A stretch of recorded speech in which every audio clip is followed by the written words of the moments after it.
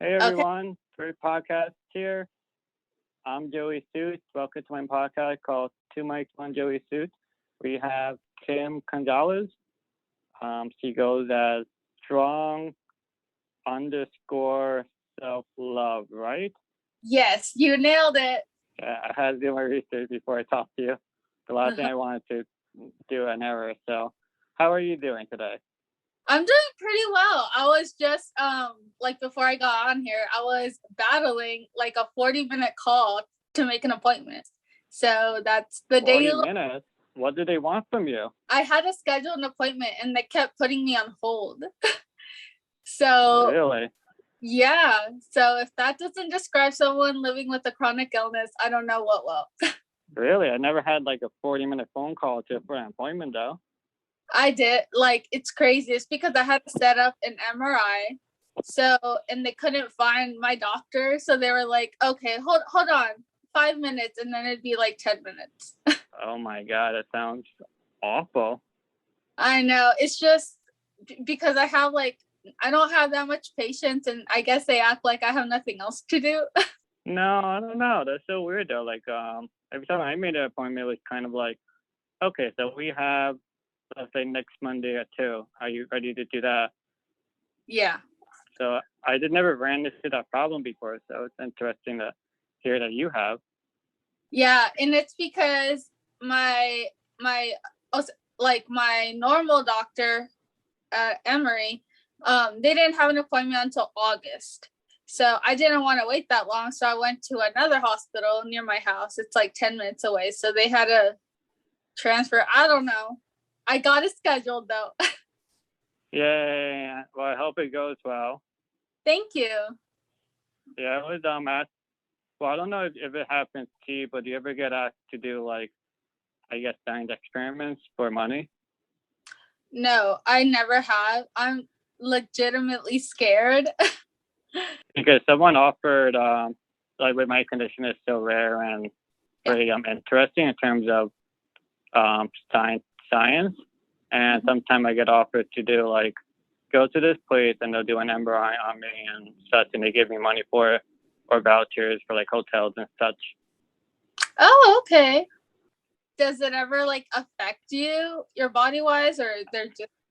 I don't know. It's just more of just like, so like information is really valuable to them. So sometimes like there are different companies and sometimes they don't like, I don't know if they don't trust other companies, but I think some companies keep their, what they find to themselves. And I think some company wants their own data. So they invited me to do an MRI and some new electro, some kind of test to determine flares and such. And so they asked me to do it. So I would get like $1,000. And I would go to, I live in New York and the place is in Boston, which is a 4-hour drive. And they would give me $1,000 for MRI and like some other tests. I wouldn't be like, no, it's not like they're gonna be poking me with needles or anything like that. Okay, well that's pretty good. See, I don't like getting poked unless I have to. That's my issue. How are you getting blood? I know. I just breathe and I close my eyes. That's why I said, Really? like, I don't like getting unless I have to. Really? Yeah, especially. I mean, do you have to get it often, or are you more like a normal? No, I have to.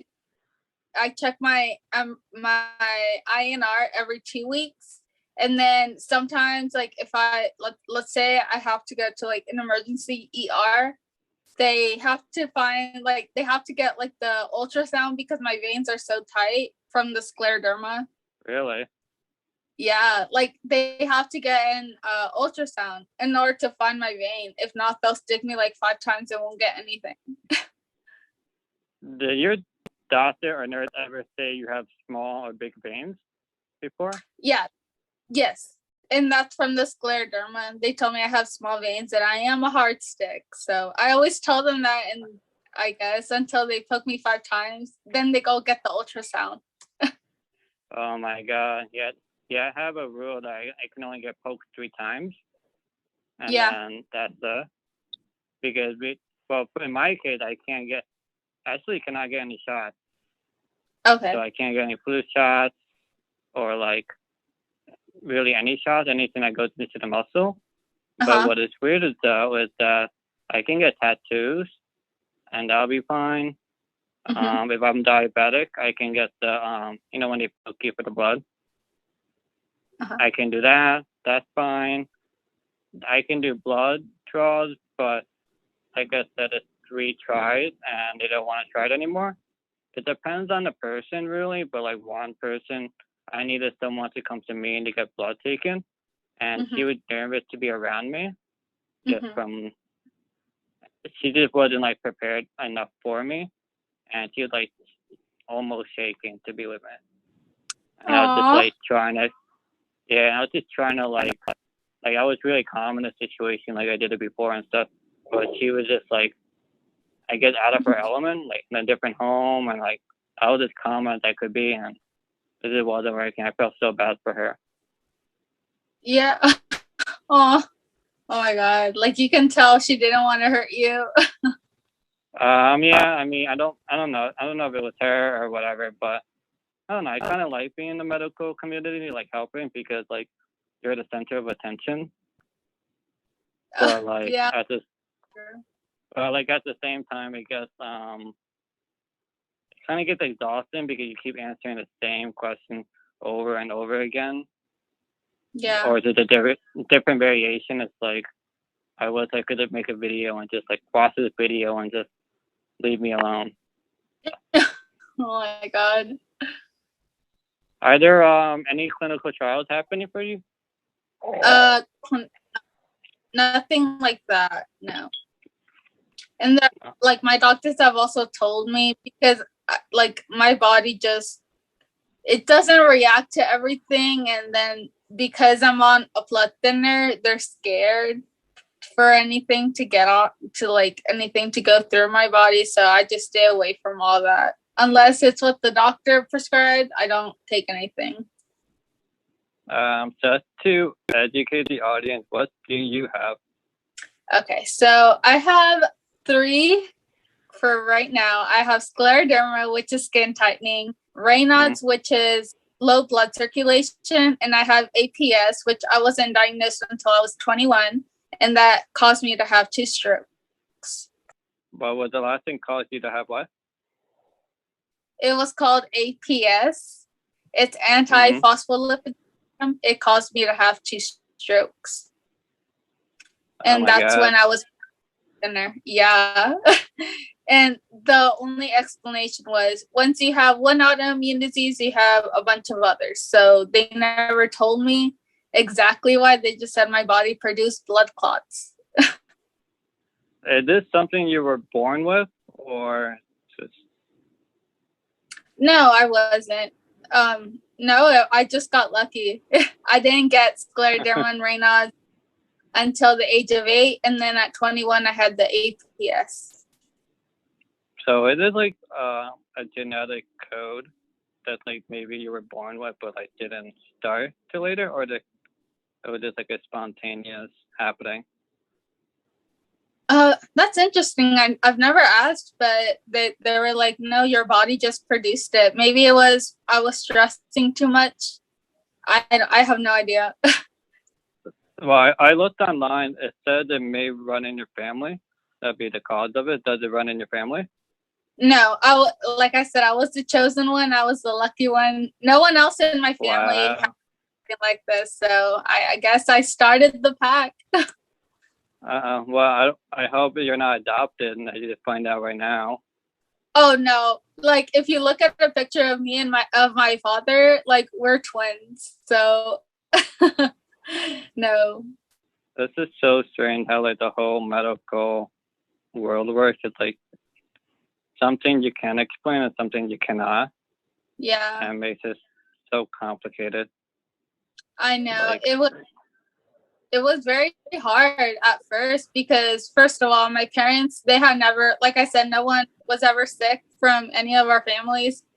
So when they had me, first of all, I was 8 years old. I couldn't really explain what was going on inside of me. And then the doctors they talk to like an adult, and I'm a little girl in a doctor's office.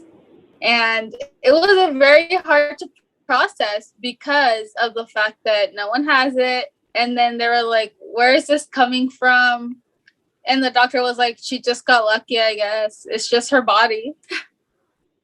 Well, I have a question for you. So when you were younger, did your parents like sit down and tell you what you had, or they were just kind of like beating around the bush until you got older? And no, they always told me I was a little different, but they never treated me as I was different. Like they knew, I mean, I guess because I wasn't as bad when I was little. So they never said, you can't do it. They'll say like, try it. And if you can't, then don't do it. But they never really formally sat me down and told me, hey, you have this and this. They knew from going to the doctor and stuff that I had something, and I, like, to some point I could understand it, but they never treated me differently, which I think was the number one reason why I'm so confident despite having all these things. Yeah, I was like the total opposite in terms of my family not telling me anything. And I just, like one thing is that my disease is still progressive and it gets really bad. And I just don't think they wanted me to know how bad it could get. And to let me enjoy life. But like at the same time, since I didn't know, but I also kept me protected, so I wasn't able to do much. And there was no explanation for it. It was just like, oh, you can't do these things. And so it's frustrating. So I think for you, I think it works out better if you're told kind of from the beginning, like, hey, you have X, Y, and Z, and you might be feeling, let's say, fatigue or not be able to do this, and you'll be more understanding in terms of this being angry at your parents that you can't do these things because, as any person, you always want to have like a reason for an action or something. And so I think a lot of that stunted my growth too, because I was just still like angry at everyone and everything, and I didn't really understand why. But yeah, I always wondered maybe it was just like maybe I just wasn't old enough to understand either, even though I was sat down and told. It's like my disease is progressive, but it doesn't make sense because I can't relate to anyone, and it seemed to come out of a horror movie. So it's like it doesn't seem realistic that would happen. Or the other thing is like, oh, like it'll never happen to me, like I'm gonna have luck on my side, and that's just bad. You're just thinking negatively and such, and I was just like, oh, I'm gonna be like this for the rest of my life. And obviously it didn't work out that way, but it's just, I think that was stunting my growth a lot. Okay, when I was really transforming, I don't know, it just stunted my growth. Like I used to be like really like outgoing and like confident, and then my body just started to go into like this monster mode, and I just lost like everything. Like you could see pictures of me when I was younger, and like, hey, like I just confident looking guy, and then all of a sudden I just become this like scrawny kid, and I was just like, does it get better? I don't know. It was just a frustrating time. So you weren't born with the condition? Yeah, I was born with, I had a genetic code for it. I was like you, that it was kind of really started progressing when I was like around 8 too. Like when it really started to change. Yeah, well, for everyone that's tuning in, I have a rare disease called FOP, where I'll get flares and bones start to form literally everywhere and lock my body into place. So I'm losing movement as I get older, and now I would say I've lost 90% of my body just from the catastrophe my body wants to put me through. Could be caused by nothing, or it could be caused by an accident, and there's no way to stop it, which is the unfortunate thing. Like when I'm sure you're like, oh, when you get sick, you go, like, take this medicine for 2 weeks and you're fine again. But like for me, it was just like, this is it. Like, you can't do anything. I couldn't go to a doctor. Like, they couldn't do anything. It's like, oh my God, like, let's stop them. They're like, we can't. Like, so it was like hard for everyone, my parents. For me, I don't know. It was like weird. I think it was more like being strong for my family and stuff. Mm-hmm. But like as I got older, I like try less to do things to help. I was just like, okay, this is what's gonna happen, and gotta embrace, I guess, of what's gonna happen, even though how hard it is. Like, I had like an emotional breakdown like 6 months ago, and it was just like, I still go through my downs, but I don't know. It's just like I'm more accepting of loss now, because I don't know if I'm used to it at this point or not, or just like can't. Like, you cry about it, but you can't really do anything about it. Like, yes, that's the hard part. Like, life keeps going. Like, whether how good you feel or how bad you feel, but like, what helped you get through hard times? Oh my God. Well, I'll be honest with you. I mean, I know I'm all bubbly and confident and stuff, but I also have emotional breakdowns. Every once in a while, but I just kind of, I Kleenex and I'm like, well, I can't do anything about it. So continue living life. But honestly, at the end of the day, what really got me through this was my family, only because they're my family and they love me unconditionally.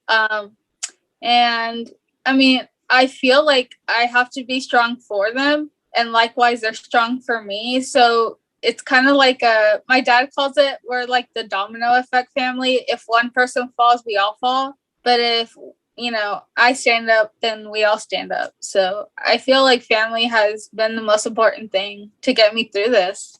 I always think about like when I'm alone and all, and I'm like I hope to learn from talking to a lot more people with like rare diseases or severe diseases or severe just like traumatic events, and like what could I narrow down to what can help a person versus not.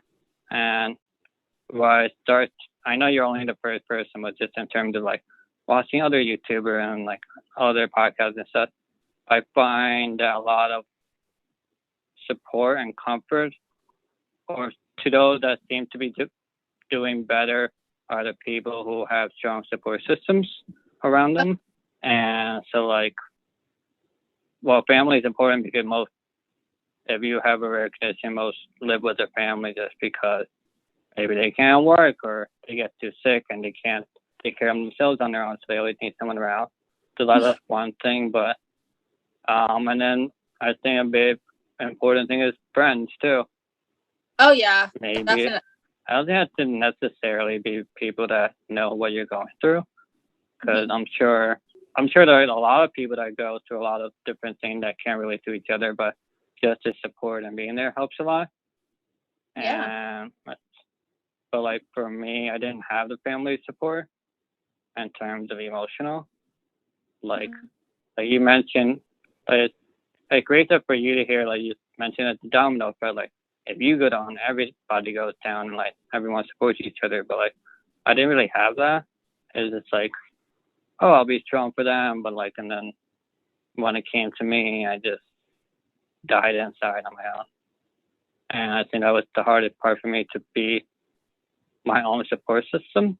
Yeah, like honestly, like family is very important to me, but at the end of the day, they don't really know what I'm going through. Like I feel like they just assume like that I'm having a bad day, but they don't know to what extent. So that's why I opened up my Instagram account, and then I started, making friends with people exactly with my condition. And that's why when you mention friends, that's very important, because they can relate to you and they know, like, they don't look at you like you're crazy. they're like, okay, I know what you're through, So it's just in a weird way, it's nice to have someone that is going through the same thing you're going through, because it makes you feel supported and understood. When did you start doing your whole rare disease journey? I didn't start sharing until I was 22, so it's still pretty recent. But I've gotten a lot of attention, and I formed before you continue the story, how old are you now? I'm 24. Okay, so you're 2 years into this whole rare disease. Yeah. Journey. So when I was growing up at the age of 8, I literally told no one.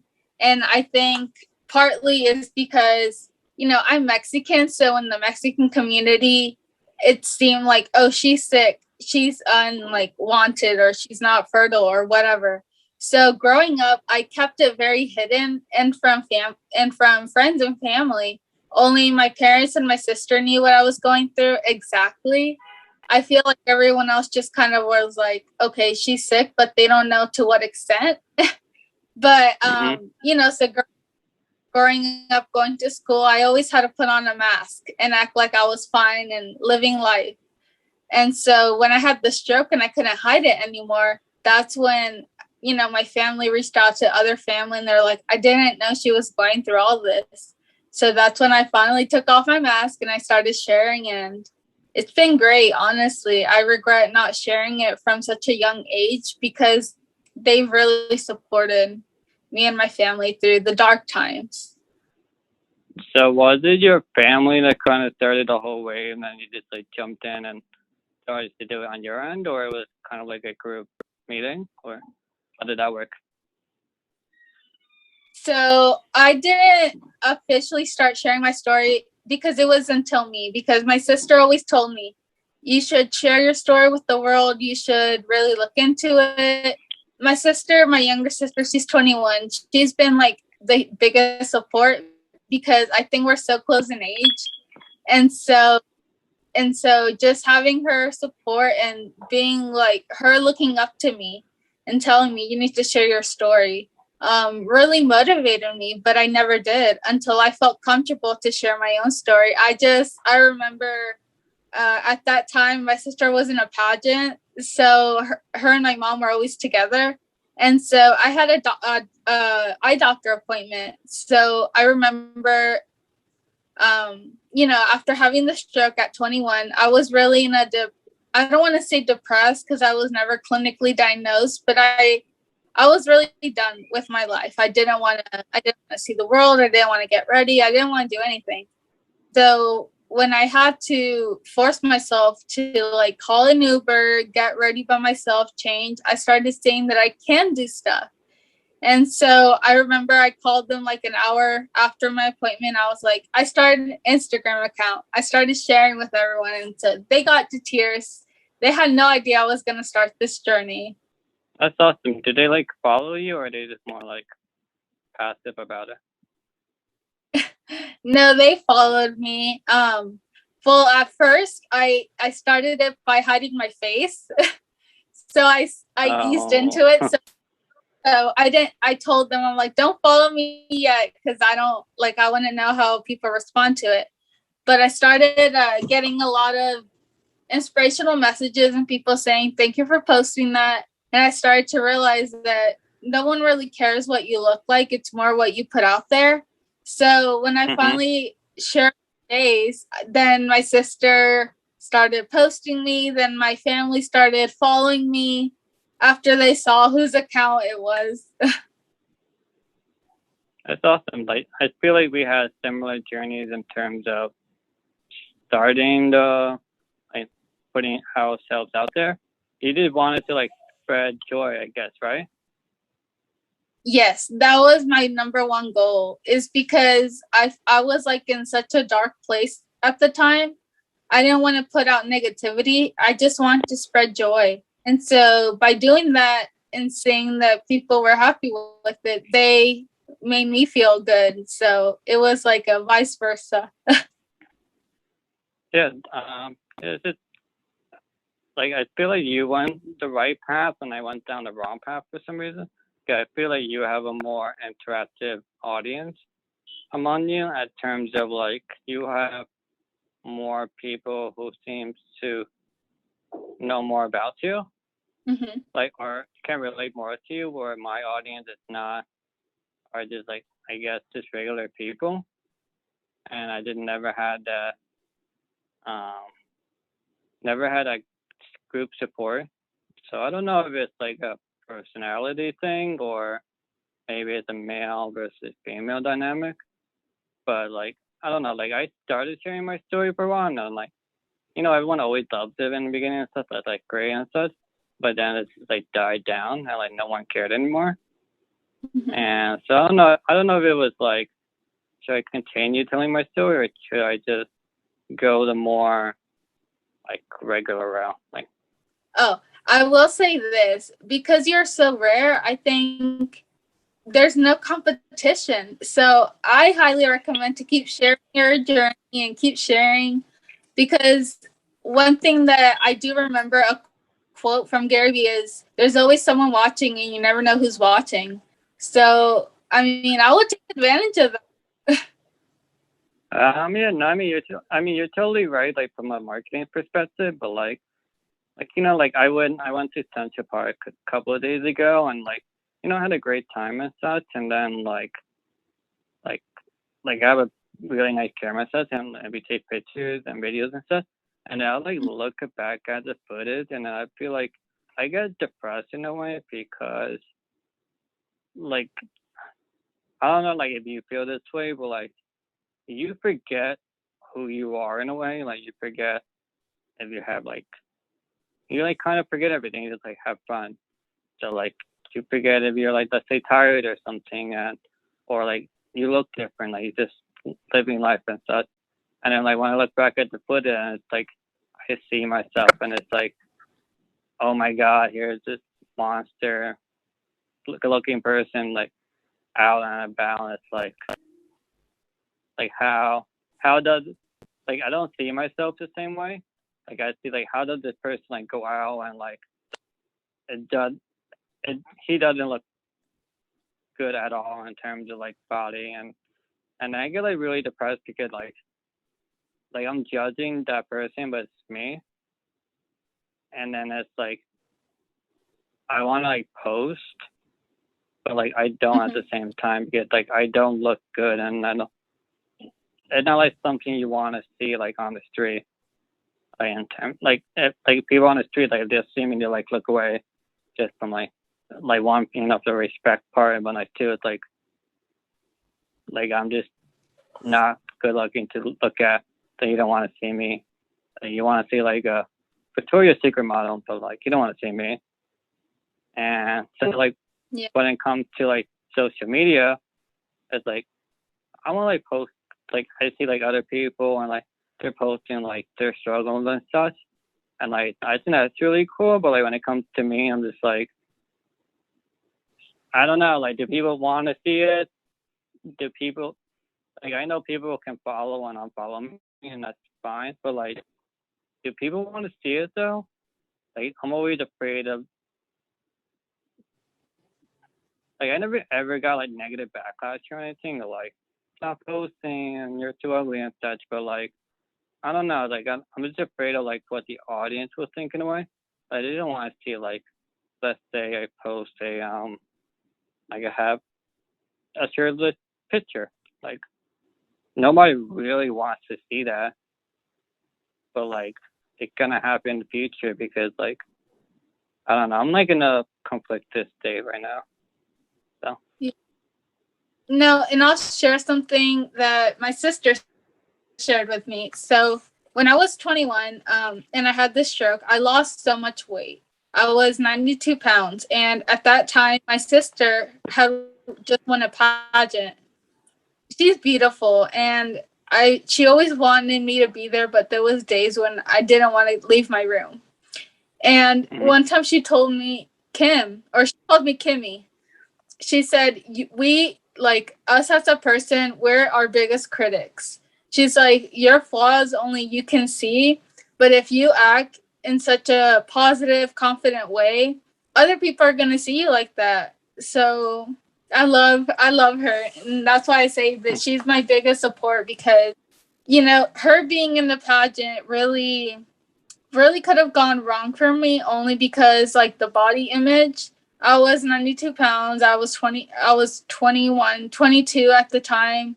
And, you know, I didn't have the body of a 22-year-old, but just seeing her tell me those words, and, you know, and every time I'd go with her to community service and stuff, like, she'd force me to, like, share my story and open up, and no one ever gave me bad criticism. They were actually inspired by me. So that's when I saw, like, the way you carry yourself is how people would treat you. So if you show off confident and you're like, well, this is what I have, I can't do anything about it, I feel like people are going to read that energy and treat you differently. I don't know if you feel this way, and like public, like on Instagram, you can kind of like lie about everything in terms of like literally everything. Like you can pretend to be rich and be really poor, or like you can be really confident on Instagram, but then like on like outside of Instagram, you're like really shy and stuff. And like I don't know, it's like I don't know. I'm like I don't know if it's like a personality thing or like a patch I'm going through, but like I'll get confident, but like I'll be not confident at times. Like I don't know what like triggers it in a way. Like I feel like the way people see me is how I will behave in a way. Okay. Like if I'm surrounded by good energy, I get like feel really good. But like I don't have any energy or negative energy, I don't feel good. It's like I don't know. It's like when I'm like alone, I feel confident in my own way. But then like when I'm around people, I get like not confident. Well, guess what, Joey? Let go of those people that make you feel unconfident. I mean, because for me, I used to have a regular Instagram, as I like to say, and I deactivated that old Instagram because it was just people I went to school with. They weren't contributing to me. They weren't liking my posts. Okay, I'm going to start this new Instagram, and it's only with good vibes and things I want to see. So maybe you should change your circle. Hang around with people that inspire you, that motivate you to be a better person. Oh, and I mean, my circle is like not even a circle. Like I only have one friend that like keep around and stuff. Like I don't like I eliminate people that I just don't like or whatever. Like I have, I have like no problem on following them or like even just what do you call it? You know when you like you mute them. There you go. You mute them. Like I'll just mute them. Like I have like a certain bar. I do keep up. Like one guy, he was like kept posting him driving on Instagram, and I was like, that's not cool at all. Just in terms of you could kill someone, and like I just don't follow them. Just like that's just a shitty thing to do. Just I mean, it's cool one time, but like I have to keep doing it. It's like not doing anything. So I do keep that, but it's just more of a personal opinion about myself. Like I want to go out there and like kill it and all this stuff, but it's like I think it's not the people that are around me in terms of like social group, but I think it's just I'm so differently looking, and it's just a basic instinct on people. Like we live in a world where like disability people shouldn't be like going out and such, and they should be like away and like like you want to have to be somewhat good looking to be out there and stuff. I think it's that kind of energy again, and like when I go out and like kids are looking at me weirdly because I'm in a wheelchair and I can't put my head down and such. And so I think it's that kind of energy, and I'm sure you can relate, but it takes a lot of energy to block that energy. Yeah. In a way, to like not care. And I don't know. I'm also in a position where like sometimes I need that push from someone else that can see what I want to do and kind of push me to be out there. Yeah. when I'm in like a public setting, like where. So I have a question for you. Like, where do you get your happiness from? Like, is it within, or is it more like I have to be surrounded by people to be happy? It's definitely like family. So I have a few close cousins, and like them always telling me that I'm so strong and so inspirational really motivates me to keep being who I am. I didn't come from like a bad childhood. I mean, my parents always told me to be who I am, and also being around like extended family telling me those things. That's where I get my energy, honestly, is because I see that I'm impacting people, or sometimes even strangers. Strangers will message me saying they need to hear that type of quote today, or they like how I'm living. That motivates me to keep being myself. And I'll share this with you. Being a female in a Mexican household, it's not. So my parents were always really supportive toward me. They never made me feel like I was unwanted. But for example, like seeing Mexican shows, you always see the pretty. First of all, Mexican women are supposed to be like really nice bodies, and they're supposed to cook, and they're supposed to take care of their husbands, like cooking, cleaning, doing all this and that. But I mean, look at my hands. So in a way, I always felt like as a younger, I always felt like, I'm not going to get married. I can't have, well, it's not that I can't have kids, but that wouldn't be like the first choice of me, was to have kids, to be married. I couldn't raise family. But until my mom sat me down, I think I was like 15 or 16. I was still in high school. And so my mom sat me down. She's like, honey, like, physically doesn't matter as long as you have a good mind. She's like, that's what's going to raise a kid if you want one. Like, my parents have never told me you have to get married, you have to have kids. They were always saying, do whatever you want to do, whatever's good for your soul. They're like, my dad always tells me, like, he's like, you can live with us for the rest of your life if you want. And they know that's not going to ever been. Do you? What? Do I want to live with them? Yeah. Oh, when I look at my life, I'm okay with living with them, but I want to be a TEDx speaker. I want to travel the world with my dog. Like, when I see the future, I see myself living on my own, but having to live with a caretaker to, cook my meals because I cannot cook, to help me brush my hair. I see myself living by myself, but living with myself, having a caretaker. I don't want to live with my parents, but who knows what the future holds. But at least that's what I see in my future. Oh, I mean, that's awesome. Like, you're so like hopeful about life, like, and you're curious too. Like, you're not giving up or anything like that. You still have like normal dreams and such. Which I think a lot of people forget, or they just don't like. It'll never happen to me, and I'm just gonna die here in my room alone. But well, I don't know about you, but like, are you scared about the future in terms of, like, I don't know how old your family is, and like such, but like, do you ever worry about like the time where they cannot take care of you anymore because they're getting older and such? Yeah, that's scary, because it's not even like that they're getting older, but like, my dad is a construction worker and he drives, and sometimes I'm scared that he's gonna, like, God forbid that he gets in an accident. He's right now the person who brings money to the family. My mom had to quit her job to take care of me after the stroke, and my sister's living her own life. So that's scary to me, because he's driving, and at the same time he's worried about me, like, for like today I could be fine, tomorrow I could wake up sick, and I just feel like he's always thinking.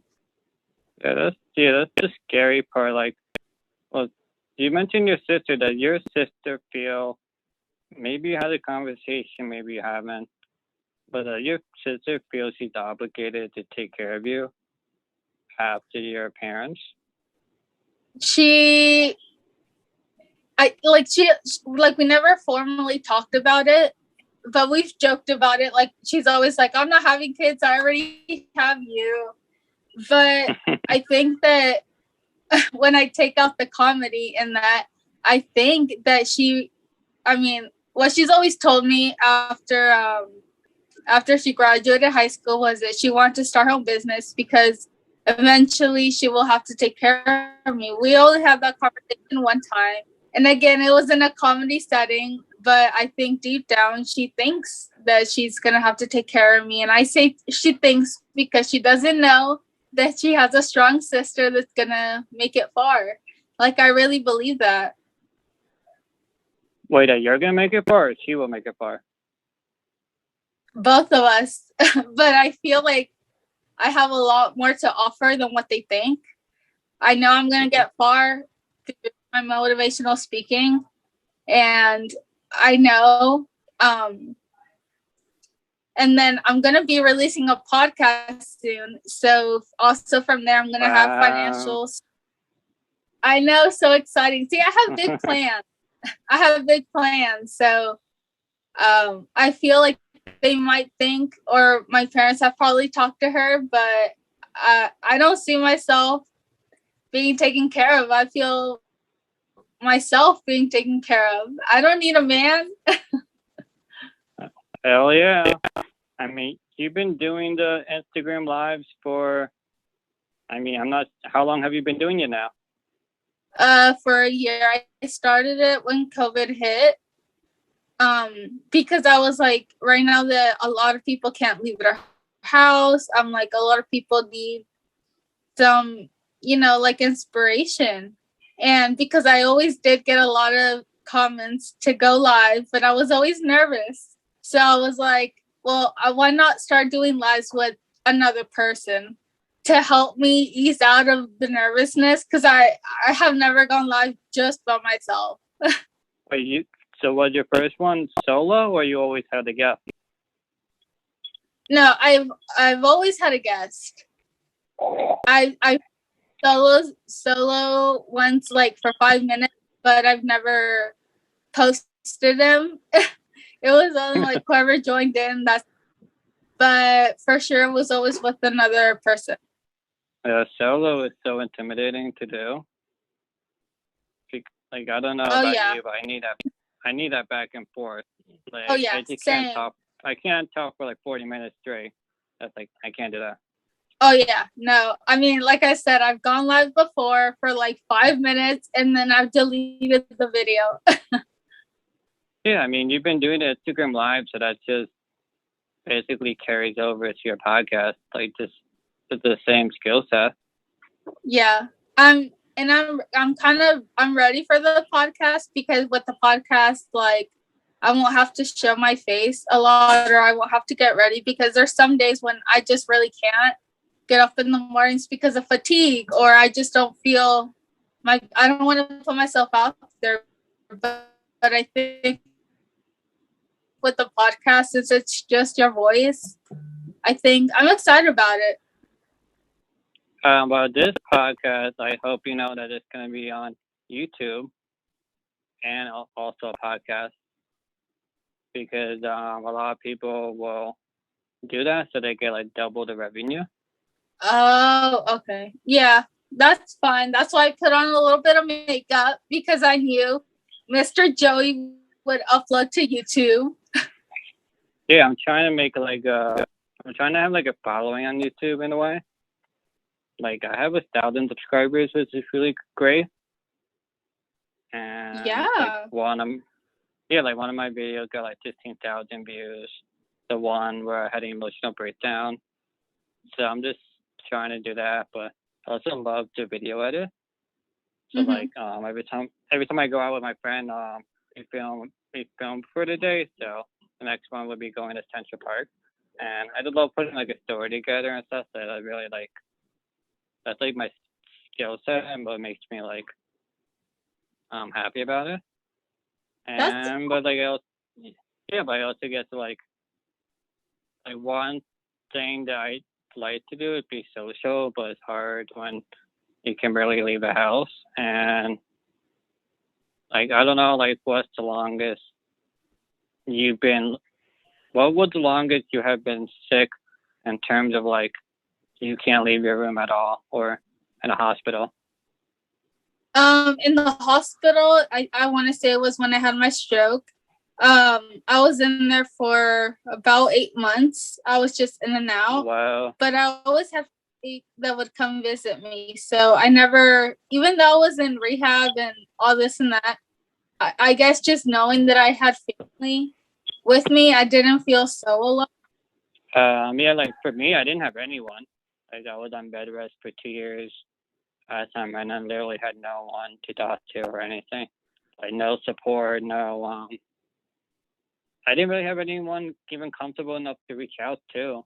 Like even when I posted something sad, like no one really reached out to me in a way, and I just like didn't know what to do. And like I always knew I was like a social person in a way, but I could also tell that my social skills were lacking just because I wasn't like using it at all.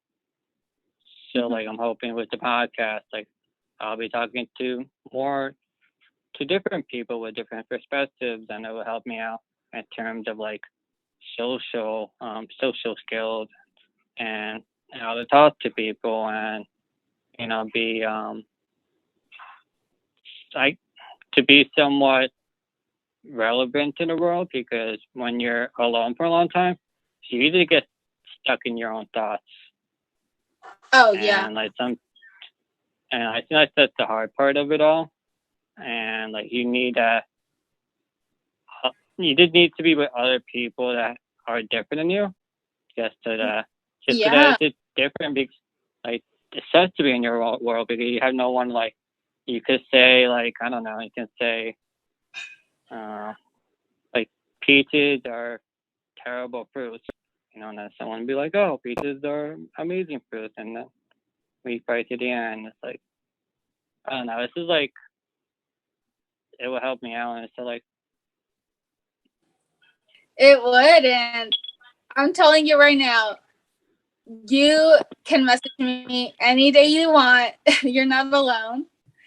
So there's that. And 2, finding an Instagram community with the same people. Maybe they're not going through the exact same thing, but honestly, that's the best thing I could have ever done, was put myself out there, be my authentic self.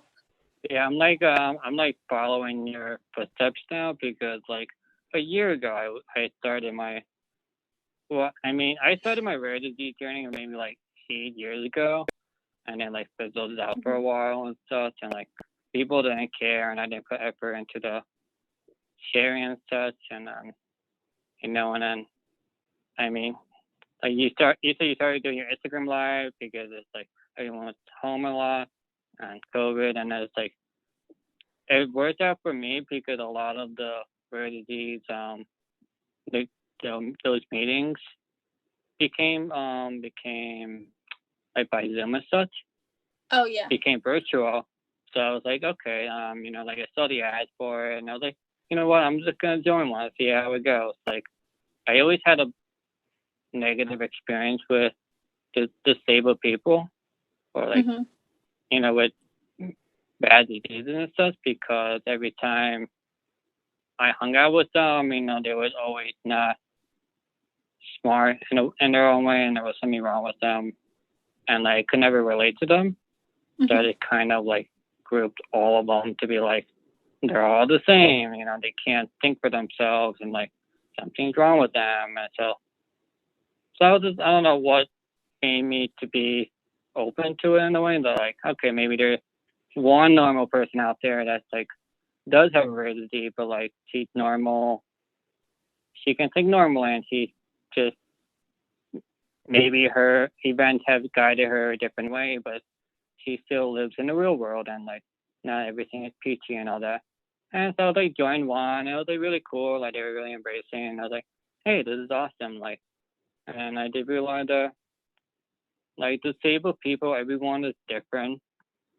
Yeah, there could be some that can't think properly or whatever, but like there's some really cool people, and they just happen to have rare disease that really messed them up in some ways. And now I have I wouldn't say friends yet. It's kind of hard to make friends on Zoom in this day and age. Like, you know, when you're like, okay, so you know, like when you're in a room together, like actually in a room, you can have like kind of one-on-one conversations, or like, let's say 3-on-1 or something, right? But when you're on a Zoom, everyone is together all the time. So it's hard to have that like one-on-one with someone. Okay, everyone can hear you in a way. And so, you know, what makes it hard to actually... Really... Yeah. Oh, I just said it's really intimidating. Well, what's weird about me is that I actually hate groups so much. And like, I don't think we have ever been on a Zoom together besides this one, like as a group. But even like at parties and stuff, I will always be one of the first ones there, because I'd rather be with people. I'd rather be in a smaller group and I get to showcase my personality more. But when I start getting like packed and stuff, man, I get really quiet. And then I just, like the last group Zoom meeting that I was part of, I was just really, really quiet. Like, I don't know, it's just like, I think it's like childhood trauma in terms of, oh, if everyone's having a good time and such, you know, like my opinion is a value, and I just stay quiet. And like, I don't have like a strong presence to like put myself in, even though like sometimes I want to, but like, I don't know, there's something like just holding me back. Like, no, just stay quiet. No, well, I don't know when it's gonna happen, but when I go to New York, me and you are gonna go to a party, and we're gonna put yourself out there.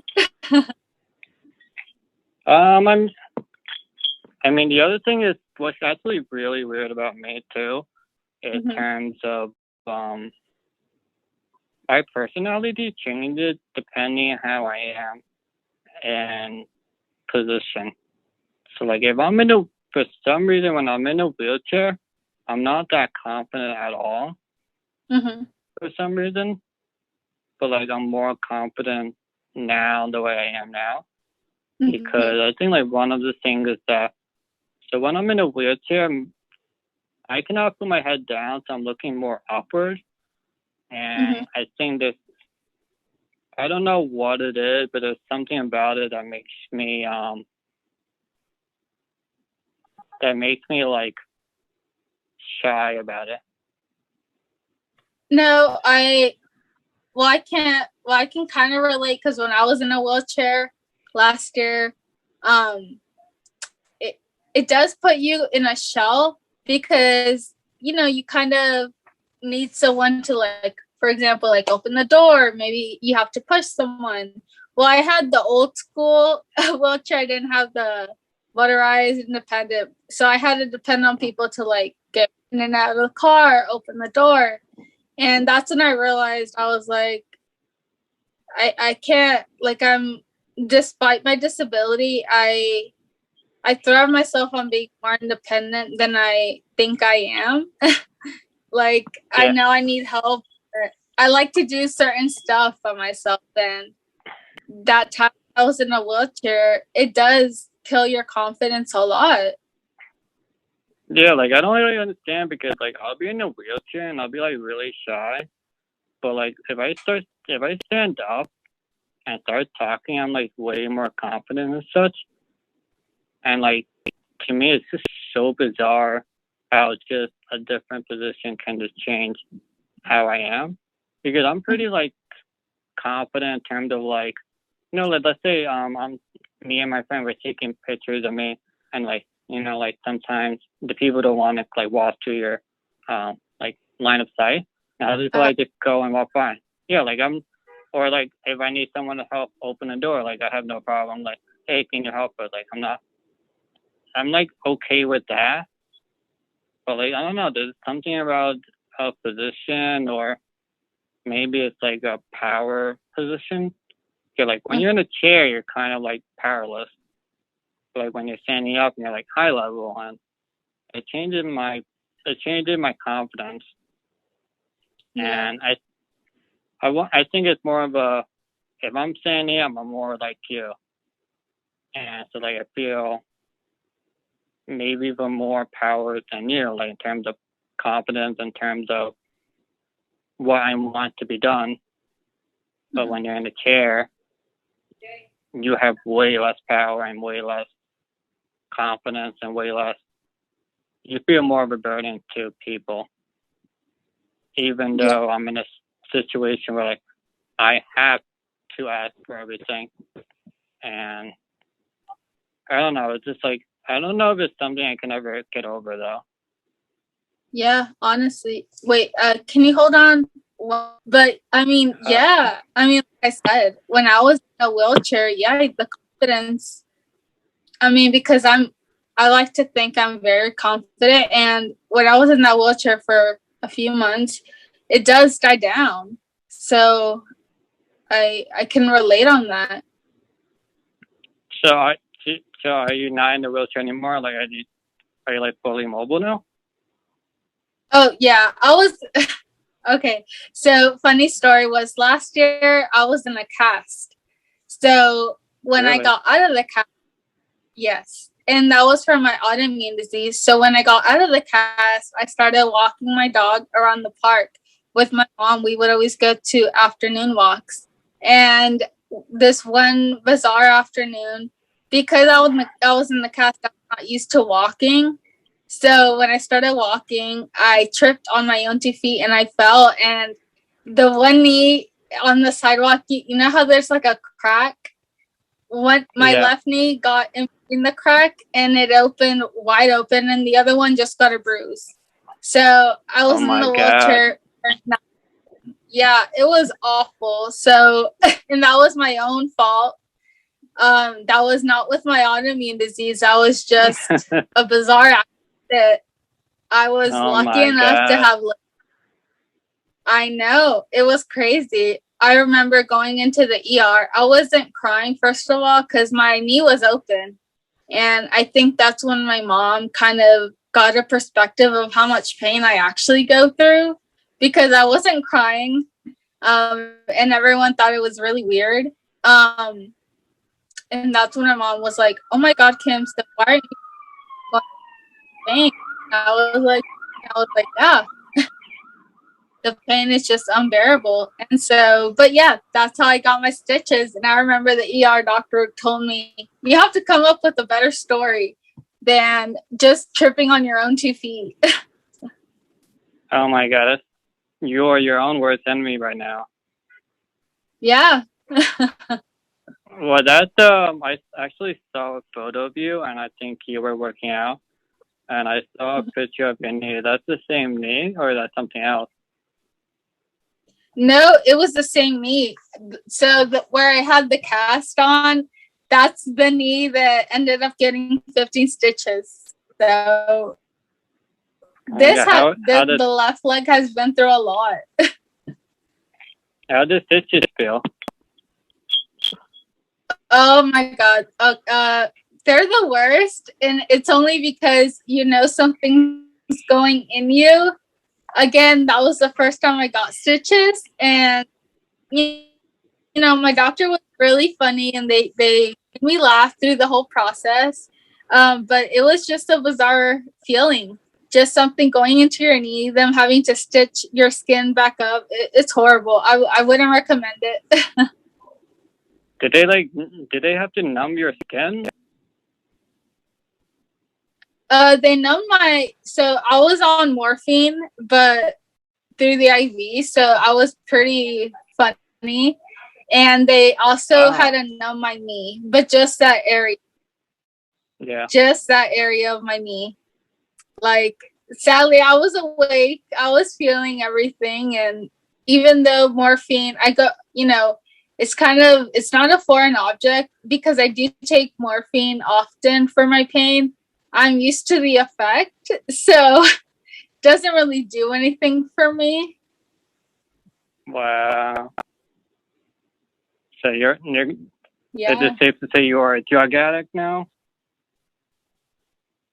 Oh my gosh. No, I only take morphine as needed because I don't like to take morphine, one, because you can get addicted to it. So I don't take advantage of me having morphine anytime I want. It's just like when it's like a dire need. But yes, when I was in school, I used to tell my mom, I'll never take drugs. And now I take drugs like crazy.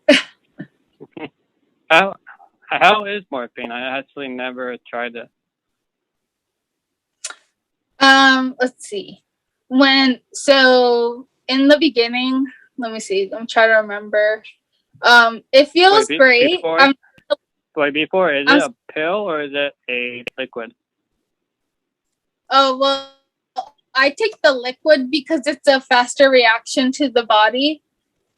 I take liquid, which it tastes disgusting. That's why I'm saying I don't take it for fun. Morphine is awful. It has like a really bad taste, but your body gets like instantly hot. Some side effects though are you get constipated, and you if you don't have morphine, your body starts you start sweating, you start panicking. It's like you need it now. So yes, it's fun. It relaxes you, but it has more bad side effects than good. Yeah, I did.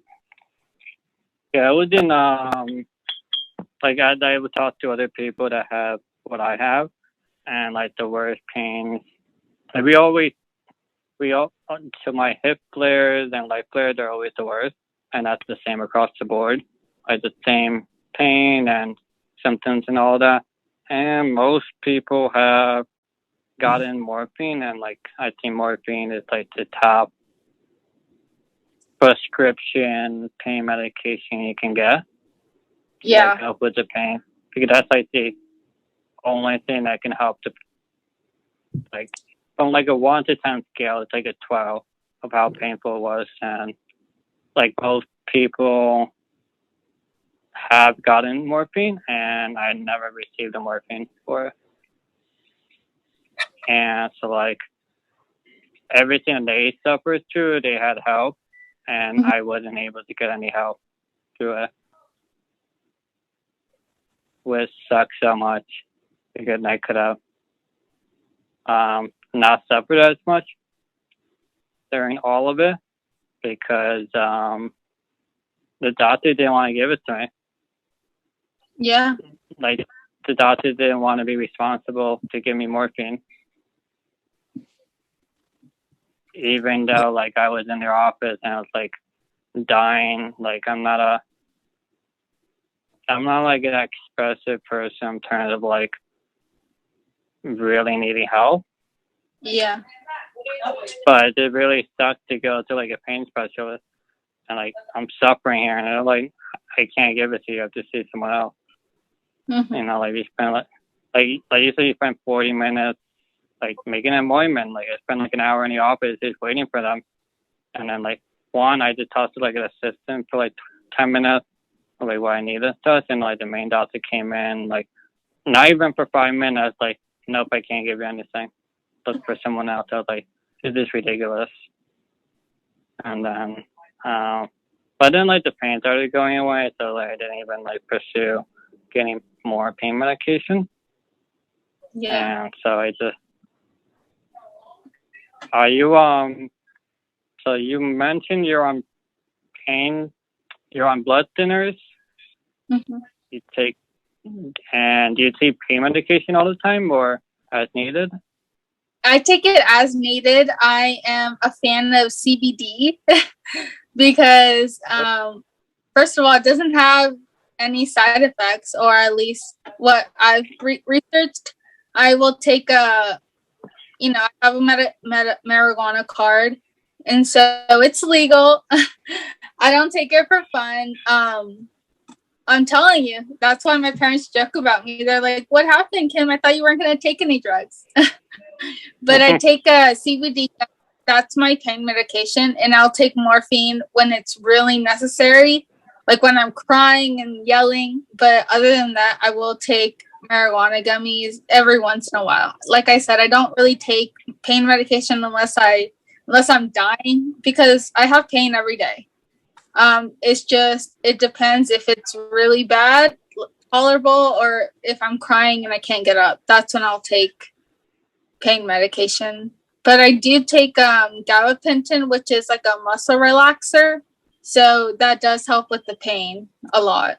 Do you like gabapentin? I guess I do, because it does relax my muscles, so I don't have pain that often. So I want to say I have a good. Does it make you feel like stretchy for some reason, like a weird, like a rubber stretchy kind of feeling? No, and also because my doctors put me on a very, very low dosage, so I don't think I don't feel the effects as much, but it just relaxes my body. Yeah, it was on gabapentin. It made me feel weird, and I also got nightmares from it. And it was horrifying. Mm-hmm. Like it like sucks because like everyone has a different kind of reaction to medicines. Like what may work for you may not work for me at all. Yeah. And so how often are you on pain medication then? Well, I take gabapentin every day, 3 times a day, and the morphine and the gummies, it's just like as needed. So what do you say, like once a week or something? Yeah, once a week or twice a week if my pain's really bad. But I'll take the gummies first before I go on to morphine. Morphine, I really try. I haven't taken morphine since last year, since I got my stitches. Thank God. But I do take the but I do take the gummies like once a week, twice a week. It just depends. Yeah, like morphine is my last resort because I know it'll work, but I will also feel like very sick. I don't like it because you feel like in a dumb sort of mode and you don't want to eat. You just feel drowsy. I don't like it personally. I had a question, but I forgot. Shoot.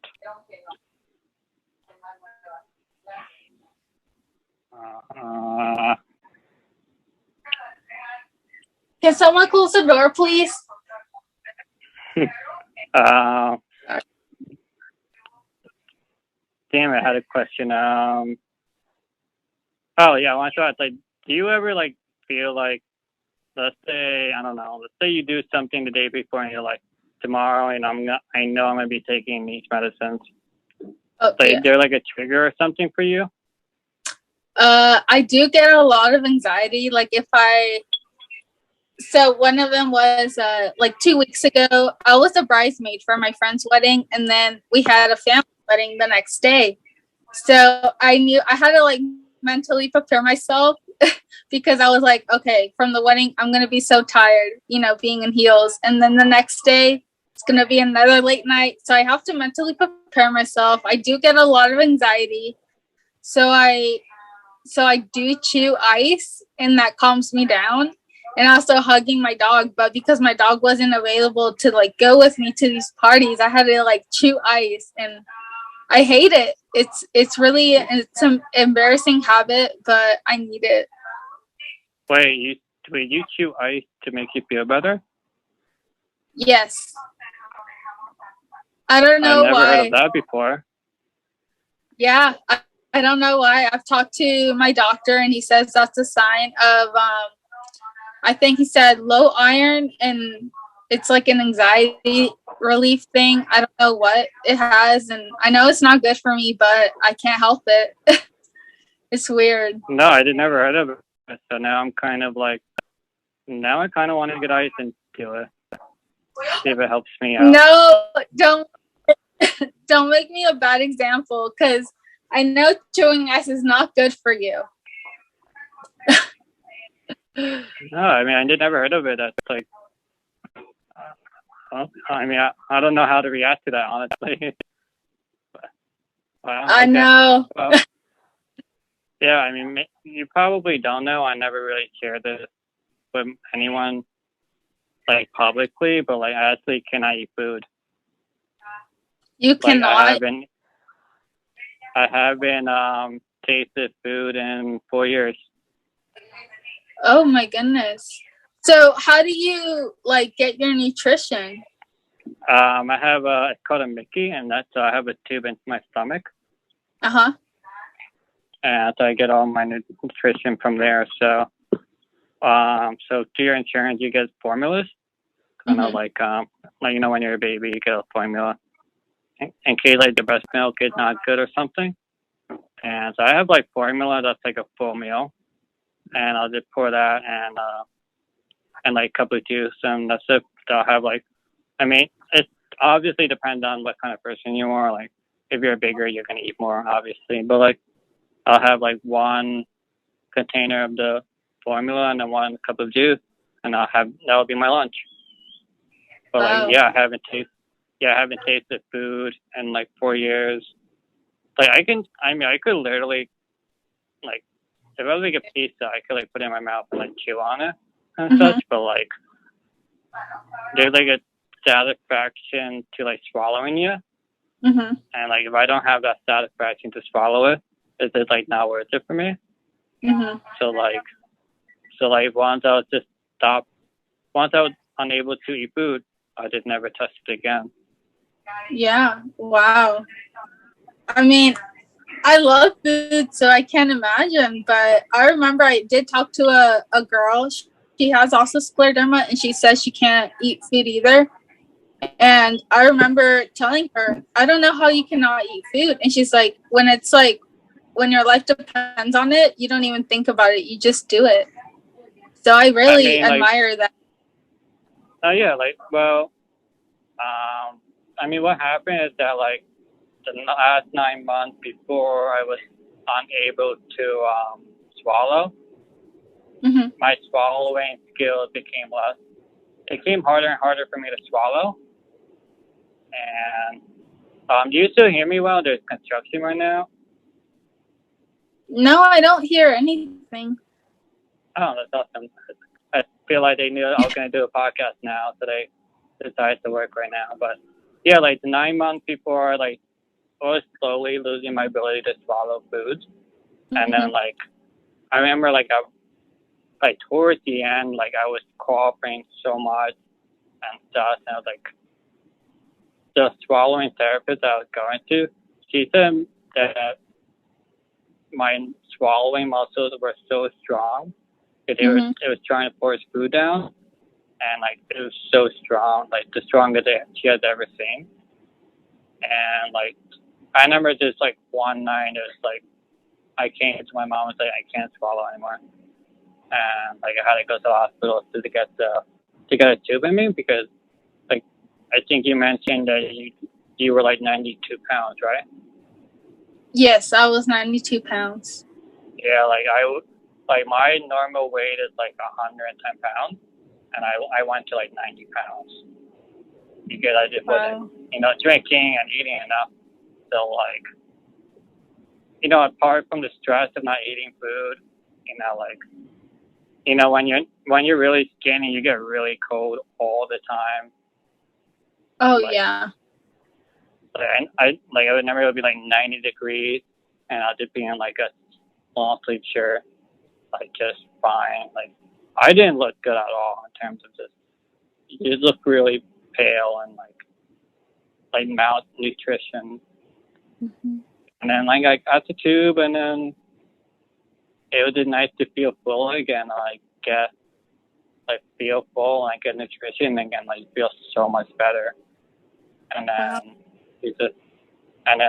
I gained like 20 pounds in like within 6 months, just because I was able to. Yeah, but like it never. But like, yeah, like when you're struggling so much to not be able to swallow food, like the last thing you want right now is to like survive and to, be nutritioned, so like that. But like now, I mean, how badly like when I'm at a table and like everyone's eating food, like I want to eat all of this. Like I really miss eating pizzas.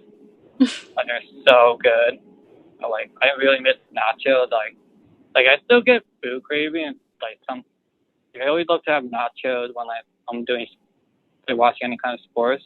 So I'll be like, oh man, like a good plate of nacho would be great right about now.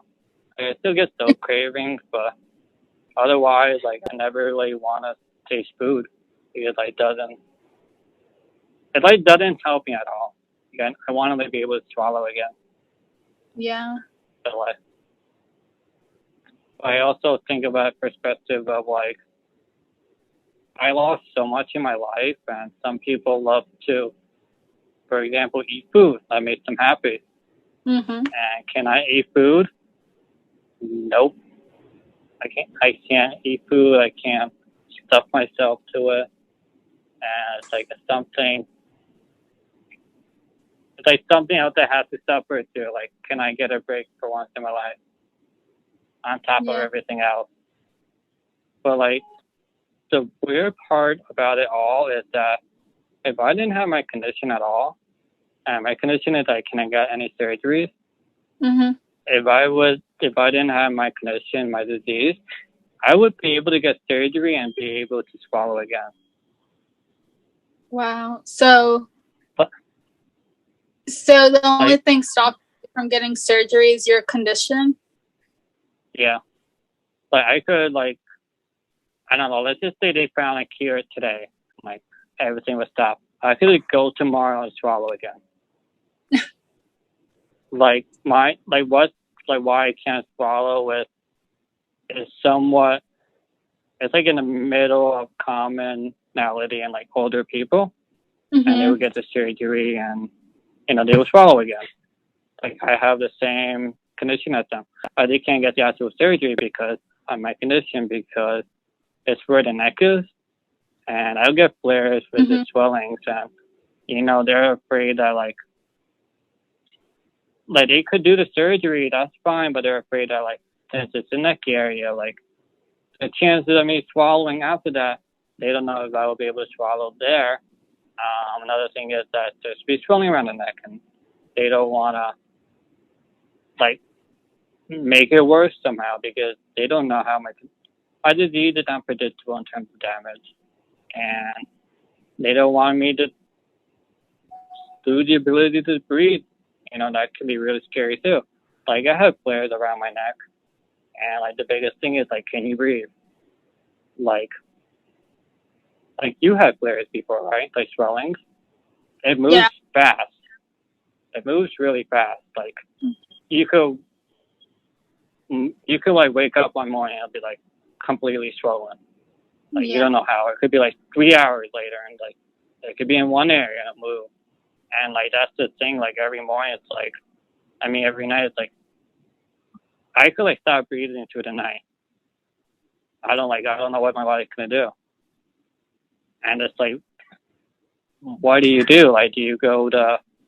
Like, do you have someone next to you and like check that you're breathing fine, or like do you get like a tube in your throat just so that you can have the ability to breathe in case you do need the ability?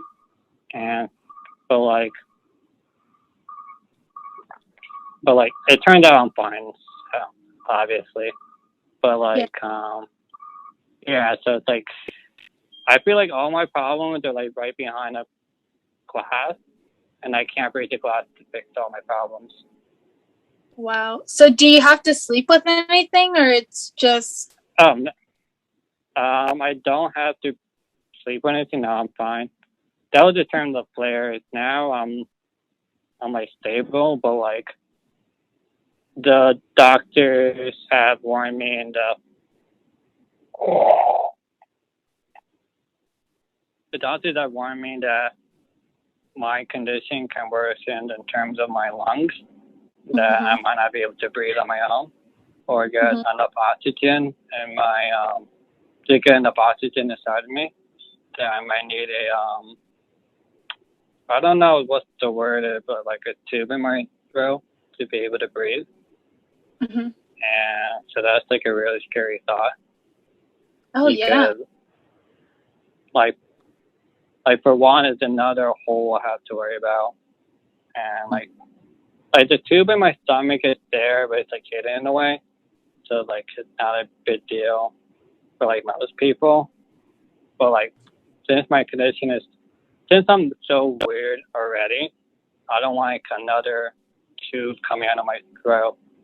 That looks weird in its own way, and I don't want that. I don't want to have to worry about that. So that requires a lot of my care, and like I don't want that whole extra responsibility to do that. And like let's say I go out, you know, have to worry about that, and bringing like an oxygen thing, and that's even more work to go out. Another thing that some people, they can't talk as well, and so they need somebody to help them talk and such. And I'm like, I really hope I don't have to do that, because, you know, like I don't want to keep adding more problems to my life. Like I have enough already, and like like my life is stable right now, and I'm like, I guess I'm happy with it for the most part, because I'm able, like I know what my limits are. Like I wish I had more, but I don't want to have more. But that's always a scary thought for me, because I don't know what's gonna happen. Like I hope my health doesn't decline even more, but like I literally have no idea. Like 2 to 3 months ago, I started getting tinnitus. Why did these things keep happening to me? Like, the tinnitus it didn't start.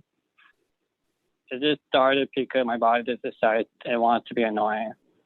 And it's like, hell, you know, like, this guy is having it good for 6 months. Let's like throw a wrench at his life and let's do this. And it's like, oh my God. Like, and it's like, I can't do anything about it. I can't go to the doctor and like, they can diagnose me, but like, they can't do anything.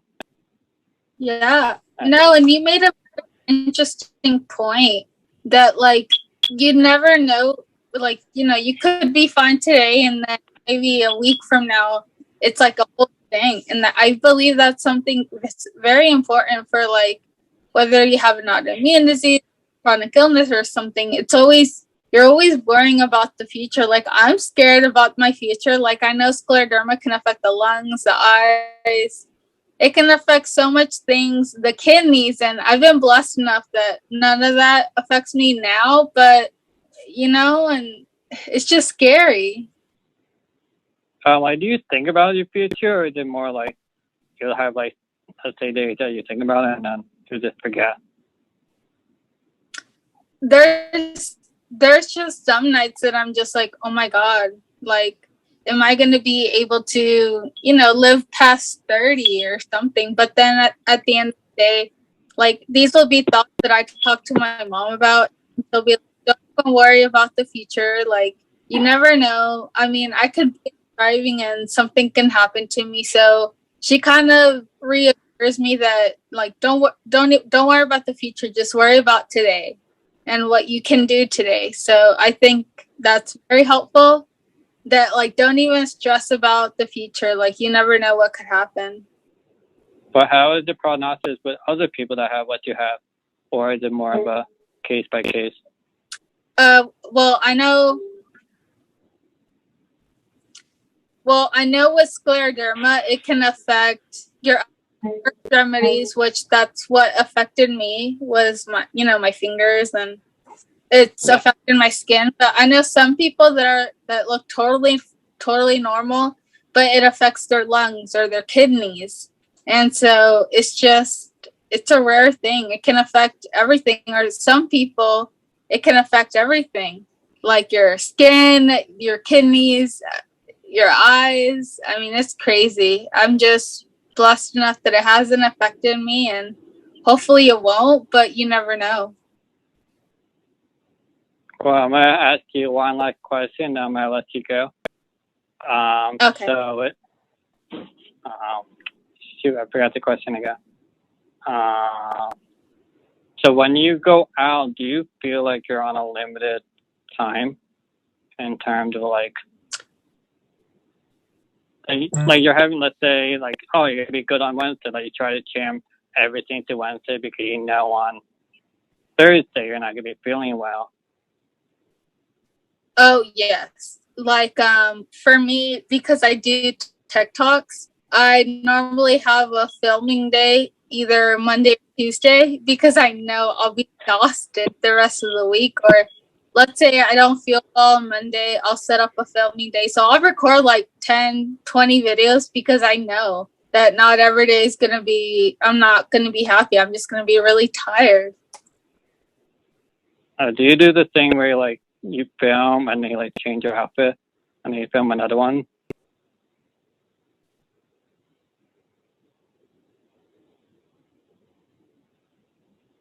Oh yeah, I'll do like 20 outfits in one day, and that will take hours. I like to post something every single day, so I have. Well, that'll be our little secret. Yeah, a little influencer secret. Yeah. Well, it was great talking to you. I think we'll have to do a part 2 to this to talk to you.